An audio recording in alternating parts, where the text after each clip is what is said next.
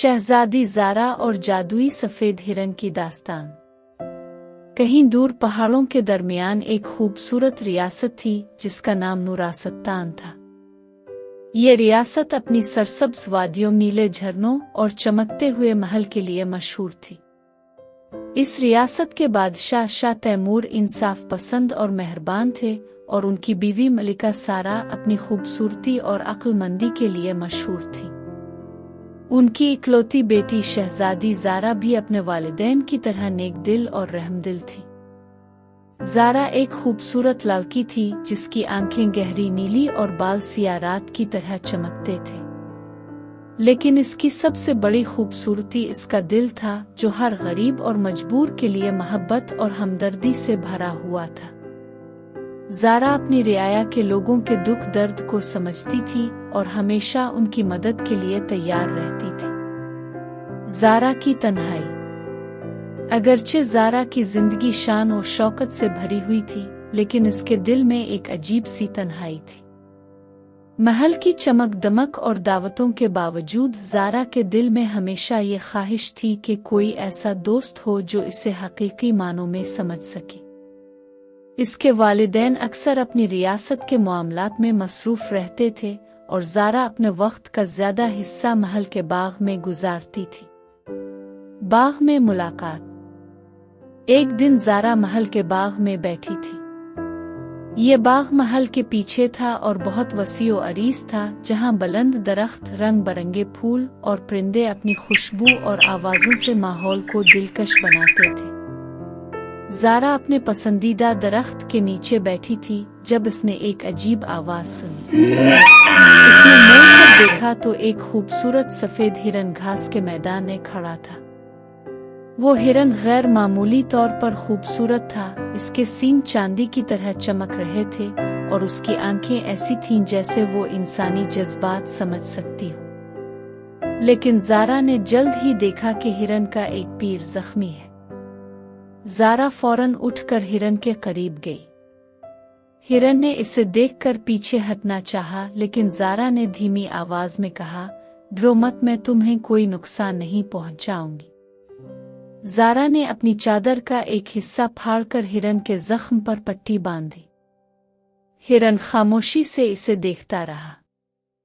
जब ज़ारा ने अपना काम मुकम्मल किया तो हिरन ने अपना नर्म सर ज़ारा के हाथों पर रख दिया, जैसे शुक्रिया अदा कर रहा हो। दोस्ती की इब्तिदा। इस दिन के बाद ज़ारा और हिरन के दरमियान एक अनोखा रिश्ता कायम हो गया। ज़ारा रोज बाग में आती और हिरन उसका इंतजार करता।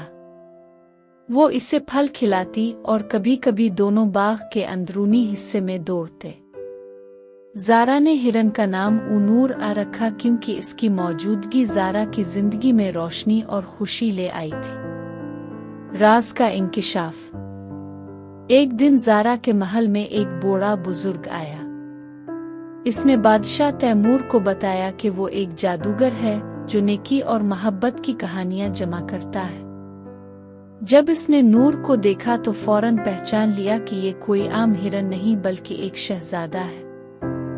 बूढ़े ने बताया कि कई साल पहले एक जालिम जादूगरनी ने शहजादा अरमान को इसलिए हिरन ने तब्दील कर दिया था क्योंकि इसने इसके गलत कामों के खिलाफ बगावत की थी।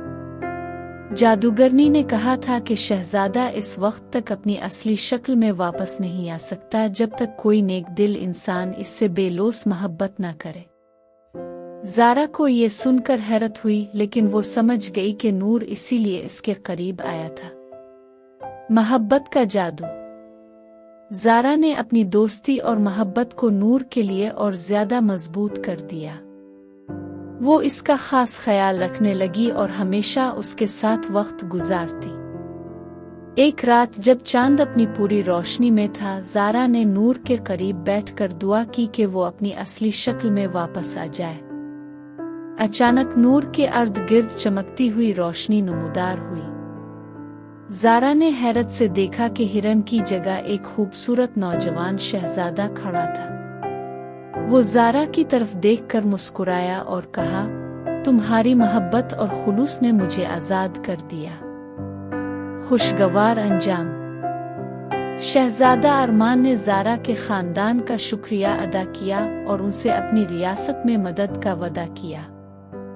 کچھ وقت کے بعد زارا اور ارمان کی شادی ہو گئی اور دونوں نے اپنی ریاستوں کو محبت اور انصاف سے سنوارا۔ یہ کہانی نوراستان نے ہمیشہ سنائی جاتی ہے اور لوگ آج بھی محل کے باغ میں جا کر اس جادوئی ہرن کی کہانی یاد کرتے ہیں جو محبت کی طاقت سے آزاد ہوا۔